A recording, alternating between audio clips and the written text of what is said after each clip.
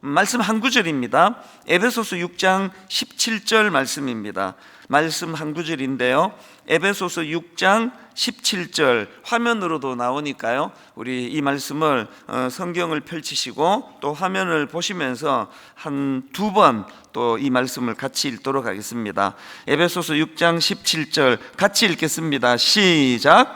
구원의 투구와 성령의 검 곧 하나님의 말씀을 가지라. 한 번 더 읽습니다. 시작. 구원의 투구와 성령의 검 곧 하나님의 말씀을 가지라. 아멘. 자리에 앉으시기를 바랍니다. 지금 우리는 에베소서 6장에 나오는 하나님의 전신갑주 6 항목에 대해서 살펴보고 있는데요, 이제 오늘은 그 5번째 항목으로 17절에 나오는 구원의 투구에 대해서 살펴보려고 합니다. 먼저 살펴볼 것은 이 구원의 투구할 때의 이 투구입니다. 투구. 여기 나오는 투구는 뭐 요즘으로 치면 이제 군인들이 머리를 보호하기 위해서 쓰는 그 철모 같은 거 아니겠습니까? 그 시절이나 지금이나 뭐 투구를 쓰든지 철모를 쓰든지 꼭 머리를 보호하는 그 장비를 갖춘다는 것은 그만큼 이 머리를 보호하는 일이 중요하기 때문이다, 뭐 그렇게 설명드릴 수 있는 거 아닙니까? 앞에서 살펴본 것처럼 이 심장과 장기를 보호하는 일이 중요하기 때문에 이 방탄조끼 같은 걸 착용하는 것과 똑같은 이치로 이제 이 머리가 너무나 이게 중요한 부위이기 때문에 이제 머리에 철모나 또 그 뭐라 그러죠? 헬멧, 이런 것들을 이제 착용하듯이 이 투구를 착용해야 된다. 이게 이제 오늘 첫 번째로 살펴보고 싶은 포인트인데요. 우리나라 같은 경우 그 프로야구 같은 거 보면은 이제 투수가 공을 실수해서 그 상대방 그 타자 몸에 맞히면은 그냥 1루로 보내고 뭐 그거로 끝입니다. 그러나 투수가 공을 상대방 머리에 맞히면 바로 그 자리에서 퇴장입니다. 똑같은 몸의 그 신체지만 뭐 다른 곳에 맞아도 그것이 굉장히 그 신뢰를 범하는 거지만 그 상대방 선수 머리를 이제 공으로 그 맞힌다는 거는 이게 치명적이기 때문에 그래서 이제 바로 그 퇴장을 시켜버리는 거 아닙니까? 그만큼 이 머리가 갖고 있는 또 머리를 보호하는 일의 중요성을 이제 알 수가 있는데요, 헬멧도 마찬가지입니다. 그 자전거나 오토바이를 탈 때 법으로 그 헬멧을 착용하도록 그렇게 강제하는 이유가 뭐겠습니까? 또 오토바이는 헬멧을 착용하지 않으면 벌금을 물리게 돼 있습니다. 그럴 정도로 이제 강제적으로 다른 신체를 보호하는 보호대를 착용하지 않는다고 뭐 그 불법이다, 이것도 벌금 매기겠다, 그렇게 하지 않은데 유독 헬멧을 착용하지 않는 것만은 이거 불법이다, 이거 벌금을 매겨야 된다, 그렇게 심하게 강제적으로 헬멧을 착용시키는 거는 그만큼 이 머리를 보호하는 게 중요하다. 이걸 뭐 제가 지금 계속 강조하고 있는 거 아니겠습니까? 이걸 이렇게 강조하는 이유는 이게 영적으로도 마찬가지라는 겁니다. 지금 사도 바울이 하나님의 전신갑주를 취하라고 권면하면서 이 머리 보호대인 투구를 써라 이렇게 권면하는 것은 이 머리에서 일어나는 그 사람의 생각과 마음을 단속하라는 그런 의미가 내포되어 있는 거 아니겠습니까? 우리 생각과 마음을 단속하는 일, 이거는 하나님께서 허락하신 이 전신갑주를 취하는 이 일에 있어서 다른 어떤 것들보다도 중요하고 또 소중히 우리가 귀담아 들어야 될 말씀이라고 생각하는 것은 그만큼 이 마음을 단속하는 것, 생각을 단속하는 게 중요하다는 겁니다. 그러고 보면은 이 성경에서 우리 생각과 마음을 단속해야 된다는 권면의 말씀이 얼마나 여러 군데서 반복이 되는지 모릅니다. 우리가 잘 아는 잠언 4장 23절, 모든 지킬 만한 것 중에 더욱 너의 마음을 지키라. 왜? 생명의 근원이 이에서 남이니라. 그런가 하면은 잠언 23장 7절, 대저 그 마음의 생각이 어떠하면 그 위인도 그러한즉. 또 골로새서 3장 1절 2절, 그러므로 너희가 그리스도와 함께 다시 살리심을 받았으면 위의 것을 찾으라. 거기는 그리스도께서 하나님 우편에 앉아 계시느니라. 그리고 2절에서 위의 것을 생각하고 땅의 것을 생각하지 마라. 예수 믿는 구원받은 그리스도인들이 뭘 생각해야 되는지를 강조하는 말씀 아닙니까? 그런가 하면 로마서 12장 3절, 내게 주신 은혜로 말미암아 너희 각 사람에게 말하노니 마땅히 생각할 그 이상의 생각을 품지 말고, 뭐 이런 식으로 인용하자면 한도 끝도 없을 것입니다. 이처럼 성경은 그 사람의 생각과 마음을 지키고 단속하는 일의 중요성을 이렇게 많이 강조하고 있는데요. 그럼 이런 질문이 가능하겠죠? 성경은 왜 이렇게 그 사람의 생각을 단속하는 일의 중요성을 이렇게 반복해서 강조하는가? 로마서 8장 5절부터 7절에 보면은 그 답을 뭐 금방 알 수 있습니다. 육신을 따르는 자는 육신의 일을, 영을 따르는 자는 영의 일을 생각하나니 육신의 생각은 사망이요 영의 생각은 생명과 평안이니라. 육신의 생각은 사망이요 영의 생각은 생명과 평안이니라. 육신의 생각은 하나님과 원수가 되나니. 이 생각이라는 게 얼마나 중요한지를 이 구절만 읽어도 뭐 다 느낄 수 있는 거 아니겠습니까?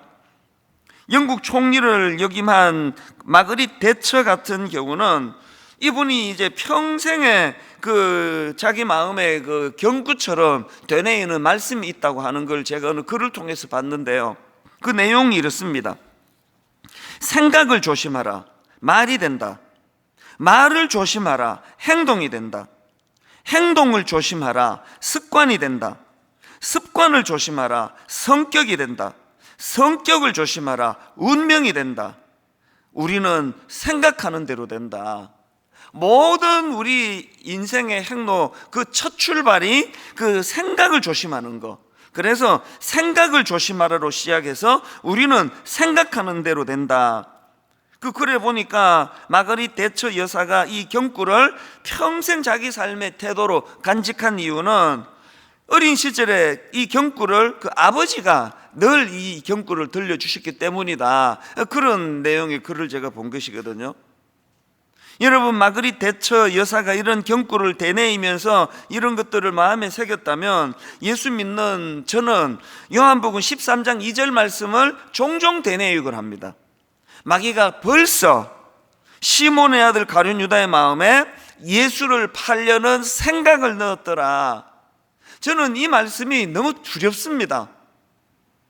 가룟 유다가 예수님을 팔아버리는 그 행위로서 망한 게 아니고요, 멀쩡하게 예수님과 같이 식사도 하고 제자들과 교제하고 뭐 다 어울려 지내는데 이미 그 마음에 예수를 팔려는 생각이 장악당한 이때부터 가룟 유다는 이미 망한 사람이라는, 숨만 쉬고 있지 이 죽은 거나 다른 게 없다는 거는 너무나 많은 저 같은 목회자들이 매 이 시간에 나오면 자기 맡은 시간에 설교도 똑같이 하고 기도 인도도 하고 모든 걸 제자 훈련도 하고 뭐 똑같이 하지만 생각이 장악된 그 상태로라면은 그건 죽은 상태라는 겁니다. 여러분, 이 특별세배 부흥회를 이제 마무리하는 토요일 이 시점에서 나는 가룟 유다와 같이 지금 생각이 장악당하고 있는 건 아닌가, 생각이 완전히 장악된 상태는 아니다 할지라도 이런 위험에 지금 노출이 되어 있는 건 아닌가 깊이 돌아보고 점검하는 시간을 가지셔야 됩니다. 왜 그래야 된다고요? 다시 읽어드릴게요. 생각을 조심하라. 말이 된다. 말을 조심하라. 행동이 된다. 행동을 조심하라. 습관이 된다. 습관을 조심하라. 성격이 된다. 성격을 조심하라. 운명이 된다. 우리는 생각하는 대로 된다. 우리가 잘 아는 사랑장인 고린도 전서 13장에 보면은 말하는 게 어린아이와 같고 그 다음에 생각하는 게 어린아이와 같고 그런 내용이 나오지 않습니까? 왜 저 사람은 말하는 게 꼭 저렇게 어린애같이 유치찬란한가? 생각하는 게 어린애 같기 때문이라는 겁니다. 그래서 말 잘하려고 애쓰지 말고 생각이 성숙해지도록, 내 생각이 성령님에게 사로잡힐 수 있도록 이거를 구해야 된다는 것입니다. 이런 면에서 보면은 저는 요한복음 13장 2절 말씀이 참 두렵거든요. 마귀가 벌써 시몬의 아들 가룟 유다의 마음에 예수를 팔려는 생각을 넣었더라. 지금 가룟 유다는 그 마음의 생각을 무방비 상태로 방치했기 때문에 그래서 이게 마귀의 밥이 돼버렸는데, 마귀에게 그 생각이 장악돼 버렸는데, 오늘 이 세상에서 펼쳐지고 있는 일들을 보면은 이 가룟 유다의 그 마음을 혼미하게 해가지고 그를 망하게 했던 마귀의 이 무서운 공격이 전방위로 계속되는 것을 느낄 수 있기 때문입니다. 특별히 지금 이 자녀교육, 아까도 우리 그 중고등부 청소년들이 너무너무 주안에서 발랄하게 그렇게 특송을 하는 게 왜 눈물이 되는가 하면은요, 지금 이 악한 것들이 그야말로 막 거의 총공세를 펼치는 것 같습니다. 우리 아이들의 생각을 장악해 버리려고. 저는 그런 생각을 하거든요. 신앙교육에 있어서 이 골든타임이라고 하는 게 이게 언제일까?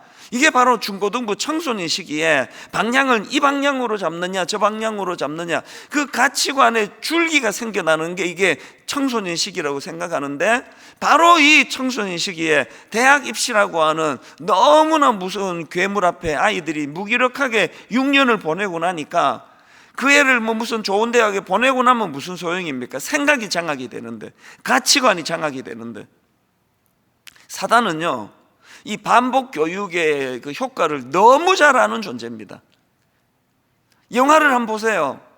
드라마를 한 편 보세요. 애들이 좋아하는 그런 소설이나 뭐 그런 글들 한번 읽어보세요. 무서울 정도로 반복하는 그 쇠뇌시키는 메시지가 어떤 영화든지 어떤 드라마든지 애들이 좋아하는 어떤 프로든지 간에 그게 늘 스며들어 그것들을 슬쩍슬쩍 던지는 걸 저는 느끼고 보거든요. 여기에 비해서 신앙교육이 반복되지 않는 거예요. 신앙교육은 단절이에요. 아까 우리 내 교역자가 나와가지고 저렇게 밝게 그 성도님들 잠을 깨워드리느라고 막 그냥 발랄하게 체조를 했지만, 이 교역자들의 무거운 마음은 이루 말로나 못합니다. 왜? 이 마귀의 유혹은 연속적으로 지금 반복적으로 그 아이들에게 스며드는 거에 반해가지고 신앙교육은 너무 파편적이에요. 일주일에 한 번 한 시간 던져질 듯 말 듯 하다가 또 단절이 돼버리고, 던져질 듯 하다가 또 단절이 돼버리고. 그래서 이 신앙교육이 연속적으로 이루어지게 만드는 건 가정이에요. 이번 특별새벽 부흥회 기간에 우리 부모님들만 은혜 받고 끝내지 마시고요, 아이들이 어리면 어릴수록 좋습니다. 아이들이 어릴수록 이 아이들을 무릎에 앉혀놓고 이 연속적인 반복되는 신앙교육이 이루어질 때 사단이 지금 공격하고 있는 이 생각을 장악하려는 그 악한 유혹을 이겨낼 수 있으리라고 저는 믿습니다. 이런 면에서 저는 늘 기도합니다. 모든 지킬 만한 것 중에 더욱 너의 마음을 지키라. 모든 지킬 만한 것 중에 더욱 너의 마음을 지키라. 생명의 근원이 이에서 남이니라. 이 말씀을 우리가 기억하면서 이제 본문에서 사도 바울이 권면하는 이 머리를 보호하는 투구를 장착하게 되시기를 바랍니다. 영적으로. 근데 여기서 이제 문제 제기, 질문이 하나 있는데요. 우리가 영적으로 머리에 투구를 쓰는 일, 그래서 그 마음의 생각을 지키고 보호하는 것의 중요성은 알겠는데, 그 투구가 왜 구원의 투구라는 거냐는 거예요.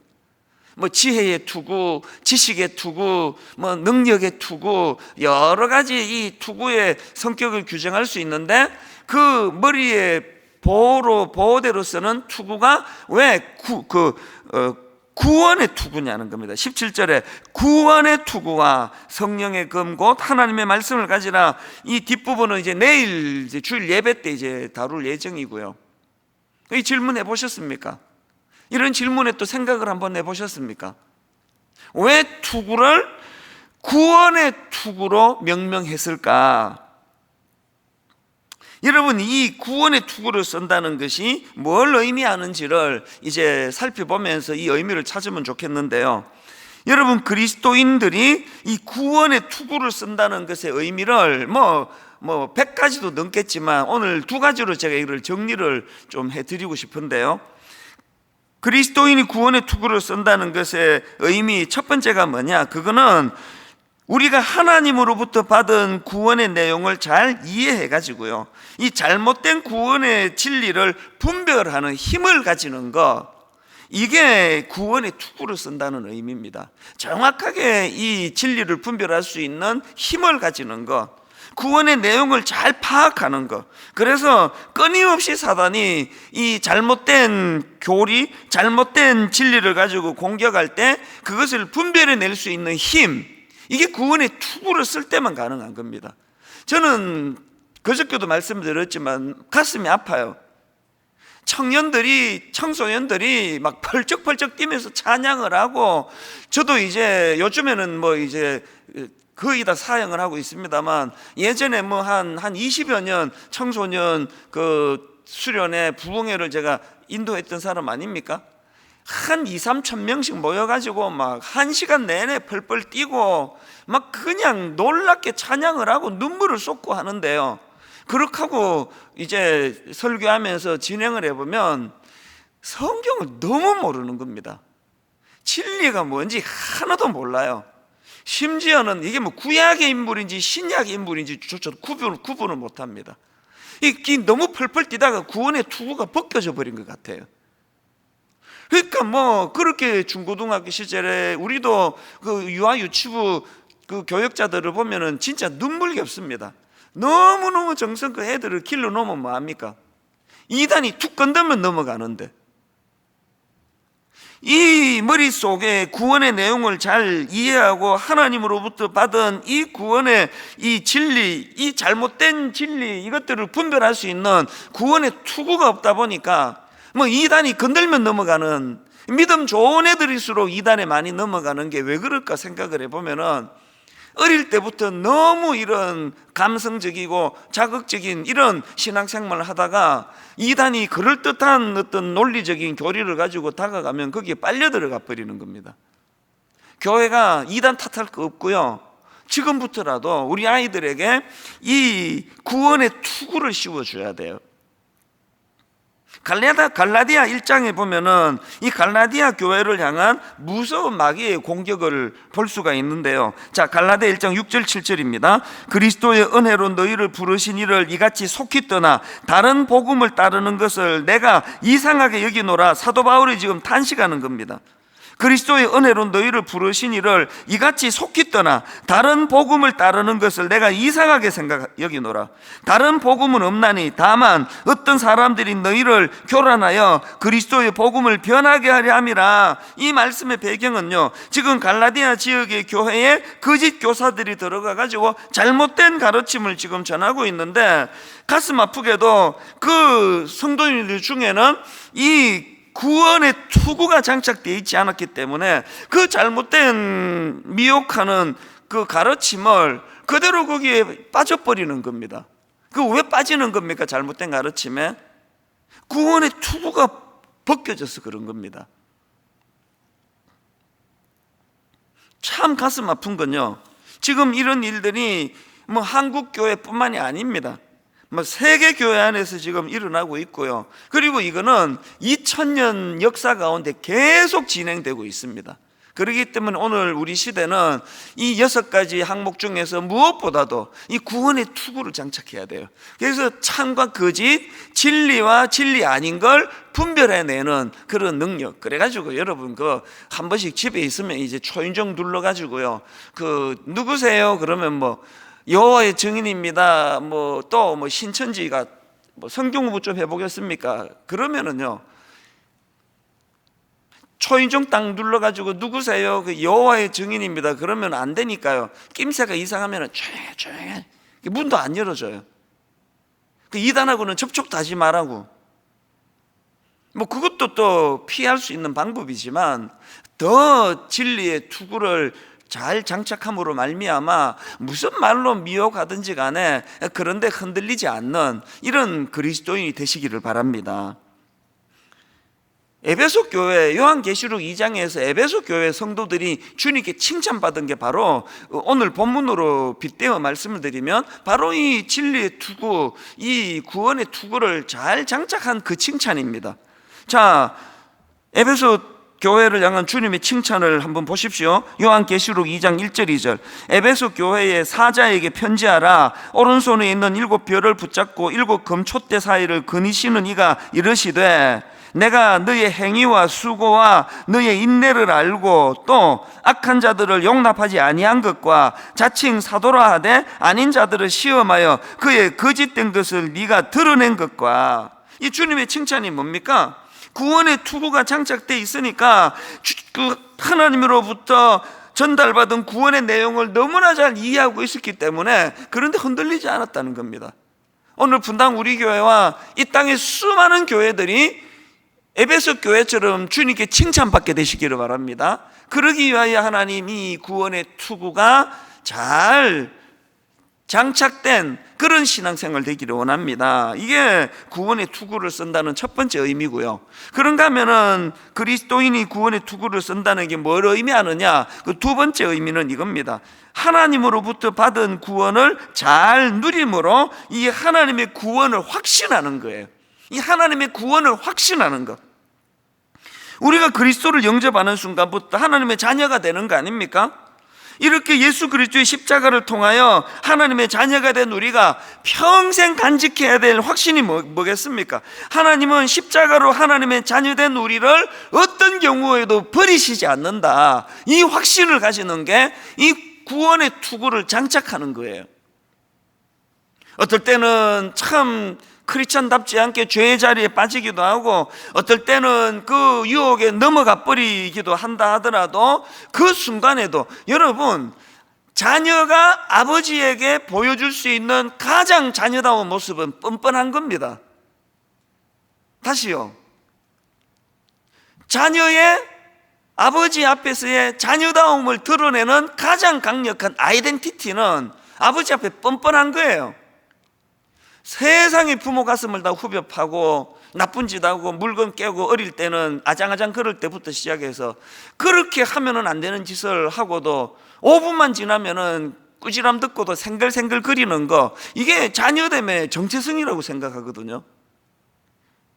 주님 앞에서 우리가 이 두 균형을 가져야 됩니다. 한편으로는 나는 이제 어둠의 자식이 아니다. 나는 거짓의 아비 새끼가 아니다. 나는 거룩까지 하나님의 자녀가 되었다. 나는 하나님의 자녀다운 삶을 살아야 되겠다는 이 몸부림을 죽을 때까지 해나가야 되지만요, 또 다른 한 측면으로는 어떻게 우리가 천사가 아닌데 실족을 하고 넘어지고 나도 나를 이해할 수 없을 정도로 순간적으로 흔들릴 때가 있지 않습니까? 그럴 때는 사단이 바로 무엇으로 공격합니까?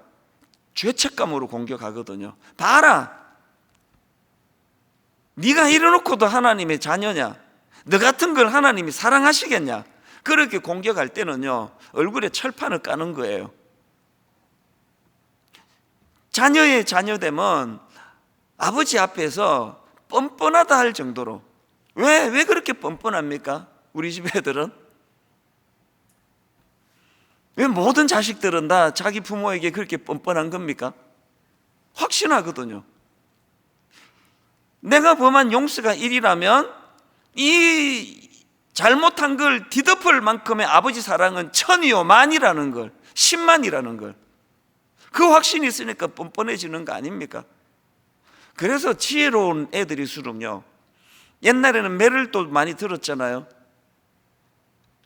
매를 들고 때리면 때릴수록 품에 더 안기는 거 아닙니까? 각도가 안 나와서 못 때리게 하려고 하는 그 의도도 있고요. 당황스러우니까 파고드는 거거든요. 다시 말씀드립니다. 우리가 구원의 투구를 장착한다는 건요, 이 확신을 가진다는 뜻이에요. 누가 뭐라고 유혹을 하고 누가 거짓된 말로 나를 호도하고 너 예수쟁이 아니라고 떠들어대도 어떤 경우에도 나는, 그래서 저는 찰스 스윈들 목사님의 이 확신에 찬 메시지가 너무 좋아가지고요, 어제 저녁에 이걸 내가 반복해서 제가 읽으면서 감동을 했습니다. 이 찰스 스윈들 목사님의 메시지를요, 제가 액센트를 넣어서 힘있게 한번 읽어드릴게요. 구원의 확신은 당신의 전체 장비에서 가장 전략적인 요소 중 하나이다. 그것을 취하라. 느낌표. 당신은 구원받았고 그리스도께로 왔다. 당신이 구원을 잃을 일은 절대로 없다. 그러니 한시라도 확신은 잃어서는 안 된다. 당신이 거듭나던 순간에 주어진 확신은 지금도 당신의 것이다. 오늘 그렇게 주장하면 된다. 사탄이 가장 즐겨 쓰는 교란 작전 중 하나는 당신의 영원한 안전에 대한 확신을 약화시키는 것이다. 당신은 구원의 투구를 받았다. 당신은 구원의 투구를 받았다. 당신은 그것을 쓰라고 명한다. 오늘 여러분 엿새 동안에 이 새벽 부흥회를 정리하면서 이 찰스 스윈돌 목사님의 확신에 찬 메시지를 힘입어 가지고 다시 한번 흐트러진 이 구원의 투구를 잘 장착하는 여러분 되시기를 바랍니다. 성경에도 우리가 가져야 될 구원의 확신을 성경하는 말씀들이 너무너무 많습니다. 요한복음 10장 28절, 내가 그들에게 영생을 주노니 영원히 멸망하지 아니할 것이요, 내가 그들에게 영생을 주노니 영원히 멸망하지 아니할 것이요, 또 그들을 내 손에서 빼앗을 자가 없느니라. 그들을 주신 내 아버지는 만물보다 크시매, 그들을 주신 내 아버지는 만물보다 크시매 아무도 아버지 손에서 빼앗을 수 없느니라. 가정에서 선포하십시오. 제가 이거 읽을 때 마지막에 큰 소리로 아멘, 그렇게 가정에서 화답해 주시기를 바랍니다. 내용을 다시 한번 감격으로 읽고 듣고 하시기를 바랍니다. 내가 그들에게 영생을 주노니 영원히 멸망하지 아니할 것이요, 또 그들을 내 손에서 빼앗을 자가 없느니라. 그들을 주신 내 아버지는 만물보다 크심에 아무도 아버지 손에서 빼앗을 수 없느니라. 아멘. 이 말씀이 내게 장착이 되는 그게 구원의 투구를 쓰는 겁니다. 너무너무 잘 아시는 로마서 8장 38절 39절, 내가 확신하노니 사망이나 생명이나 천사들이나 권세자들이나 현재일이나 장래일이나 능력이나 높음이나 깊음이나 다른 어떤 피조물이라도 우리를 우리 주 그리스도 예수 안에 있는 하나님의 사랑에서 끊을 수 없으리라. 아멘. 이 확신을 가지는 게 구원의 투구를 장착하는 거라니까요. 그래서 저는 간혹 교회들이 이제 무슨 창립 20주년입니다, 또 뭐 무슨 임직식입니다, 목사님이 영상으로 그 축하 영상을 좀 주시면 감사하겠습니다. 예전에는 막 달라는 데마다 다 이제 보내드렸는데 요즘에는 이제 많아져 가지고 대부분 또 사양하고 그렇게 하긴 하는데요. 제가 이제 축하 영상을 보낼 때 앵무새처럼 어느 교회든지 간에 맨 끝에 반복하는 건 빌립보서 1장 6절입니다. 너희 안에서 착한 일을 시작하시니가, 너희 안에서 착한 일을 시작하시니가 그리스도 예수의 날까지 이루실 줄을 우리는 확신하노라. 교회 성도님들이, 그 교회 담임 목사님이 이 확신으로 머리에 구원의 투구를 장착한 한 교회는 흔들리지 않을 줄 믿습니다. 분당 우리 교회 19년의 역사가 그걸 지금 증명하고 있는 거 아닙니까? 중고등부만 사역했던 40대 초반의 어리버리한 담임 목사가 표면으로 드러나는 이 교회의 지도자로 세워져 있지만, 그러나 분당 우리 교회를 시작하신 분이 그리스도라는 이 확신을 가지고 있으니까 어떤 경우에도 흔들리지 않는, 그래서 분당 우리 교회 모든 성도님들이 이 구원의 투구를 장착하고 이 일을 시작하신 분이 주님이시기 때문에 분당 우리 교회는 흔들리지 않을 줄 믿습니다. 그렇게 하고 달려가는 거 아닙니까? 여러분 가정을 누가 허락해 주셨습니까? 여러분 가정을 허락해 주신 그 주님께서 구원의 투구를 쓰고 이 확신을 가지고 달려갈 때에 아무리 악한 것들이 여러분 가정을 흔들어댄다 할지라도 흔들림 없는 확신으로 견고하게 세워나가게 될 줄로 믿습니다. 그런데 여기서 한 가지요. 데살로니가 5장 8절입니다. 우리는 낮에 속하였으니 정신을 차리고 믿음과 사랑에 호신경을 붙이고 구원의 소망의 투구를 쓰자. 세 번역으로 보니까 구원의 소망을 투구로 씁시다.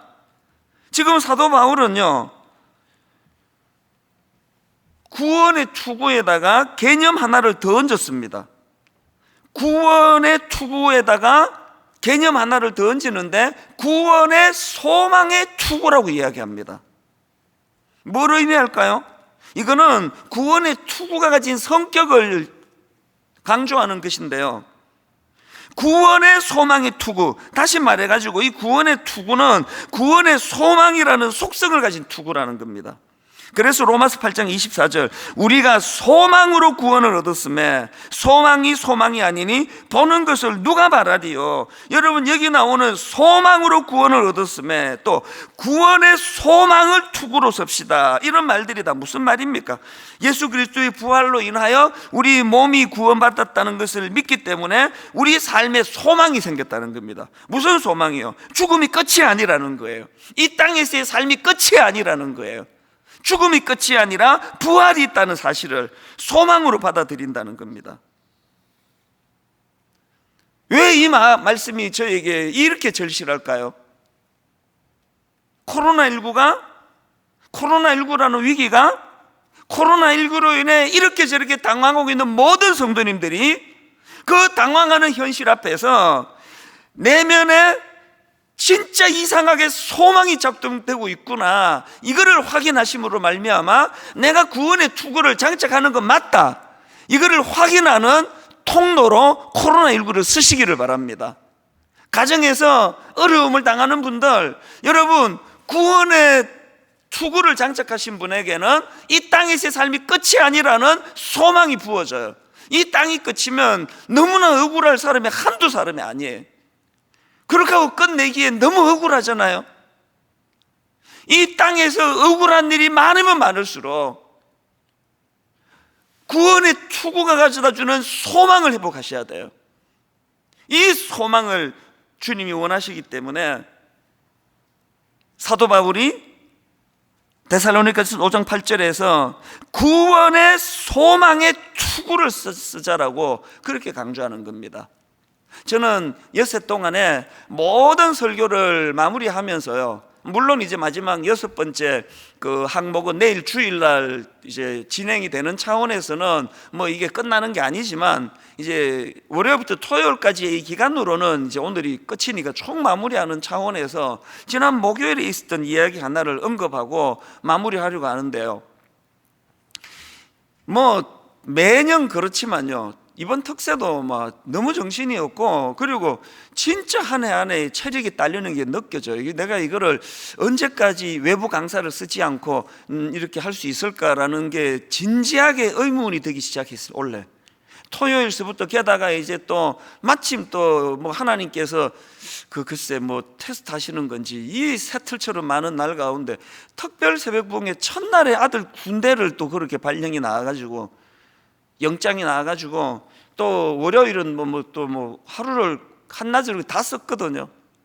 그리고 나니까 이게 마음에 집중이 안 되는 거예요. 막 이거 완전 날품팔입니다. 하루 벌어 하루 먹고 사는. 그러니까 뭐 사실은 저는 홈큐 막 나와서 막 이렇게 막 할 때도 마지막 그 원고 다듬느라고 막 초읽기 정신이 없고, 그래서 이게 나오기 한 5초 전까지 막 부랴부랴 해가지고 그렇게 나오면서 정신이 없었는데요, 목요일 목요일 오후에요, 너무 피곤하고 몽롱한데, 이제 그저께 제가 말씀드린 이 말씀의 연장인데요, 우리 교역자들의 특성이 궁금해서 진지하게 그것을 보면서 한번 1차로 마음이 무너졌어요. 그 기도하는 우리 교역자들의 모습이나 그 몸짓 하나, 손짓 하나가 탁한 눈물이 되더라고요, 저한테. 정말 하나님의 그 성도들을 위하여 애쓰는 우리 교역자들이 너무 고마웠고요. 그렇게 하고는 이제 벌써 마음이 이렇게 뜨거워졌는데, 내일 이제 목요일 시점으로 내일 이제 우리 사랑부, 그게 수요일이네요. 목요일 날 이제 우리 사랑부 영상을 만들었는데 미리 저한테 방송팀에서 보내줘서 그 우리 사랑부 영상을 보다가 제가 터져버렸어요. 그렇게 눈물이 나더라고요.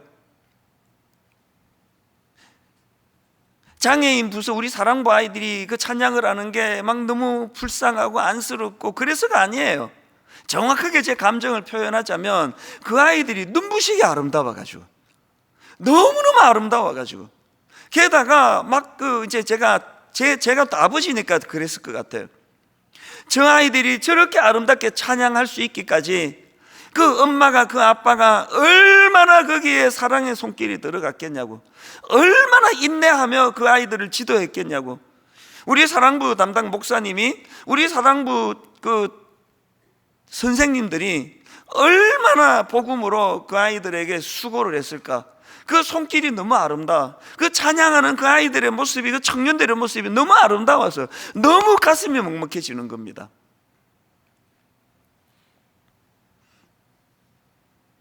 정말 마음으로 기도가 나옵니다. 하나님, 우리 사랑부 저 아이들, 저 청년들에게 로마서 8장 24절 우리가 소망으로 구원을 얻었음에 보이는 소망이 소망이 아니니, 보이는 소망이 소망이 아니니, 보이는 소망만이 소망이 아니니. 하나님, 저 아이들과 저 아이들의 가정에 구원의 투구가 장착됨으로 말미암아 어떤 집 아이들보다도 수고를 더 많이 해야 되고 손이 더 많이 가야 되고 더 많이 사랑으로 인내해야 되는 그 아이들과 그 가정과 부모들에게 복음이 주는 소망, 이 소망이 날마다 저들을, 지친 저들을 회복케 하는 능력이 되게 하여 주시옵소서.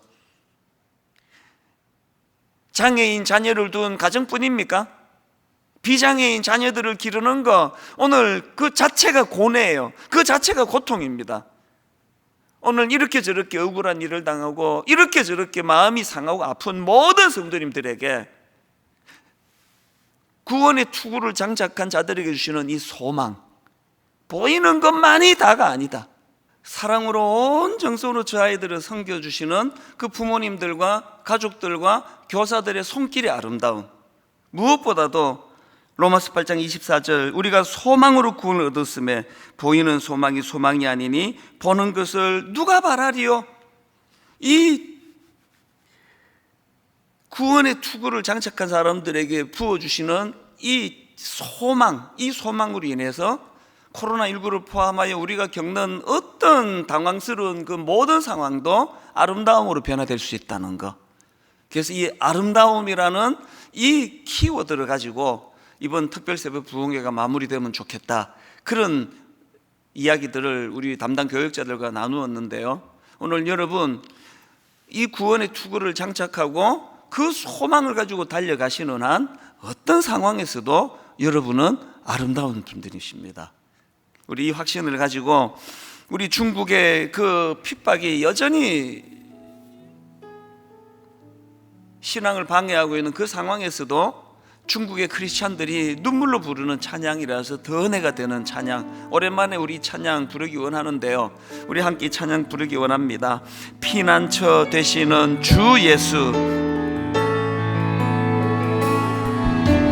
피난처 되시는 주 예수, 영원한 승리의 왕, 영원한 승리의 왕, 주님의 얼굴을 구할 때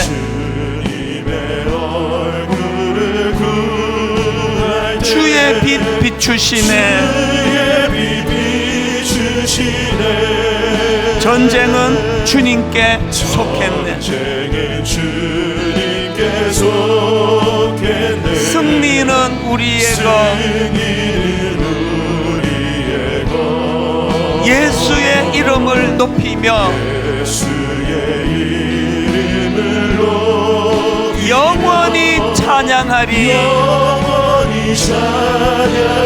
영적 전쟁 가운데 있지만 주님의 임재에 온 땅 흔들리고 우리 기도에 하늘 문 여시네. 온 민족과 열방 주께 경배해. 영원히 보좌에 계신 왕께. 우리 다시 한번 노래합니다. 피난처 되시는 주 예수, 영원한 승리의 왕, 주님의 얼굴을 구할 때 주의 빛 비추시네. 전쟁은 주님께 속했네.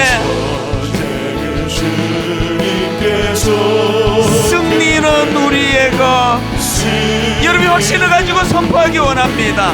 예수의 이름을 높이며 영원히 찬양하리. 영원히 찬양하리.